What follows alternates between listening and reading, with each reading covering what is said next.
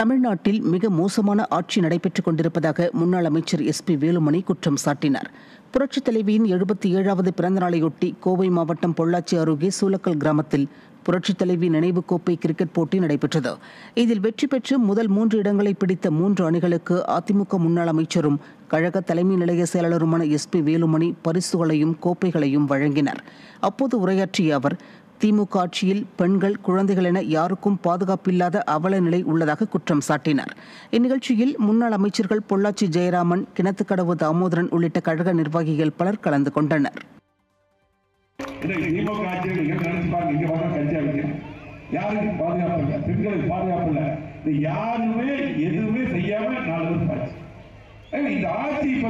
மக்கள் அத்தனை மக்களும் இன்னைக்கு ஆட்சி போக நினைக்கிறாங்க.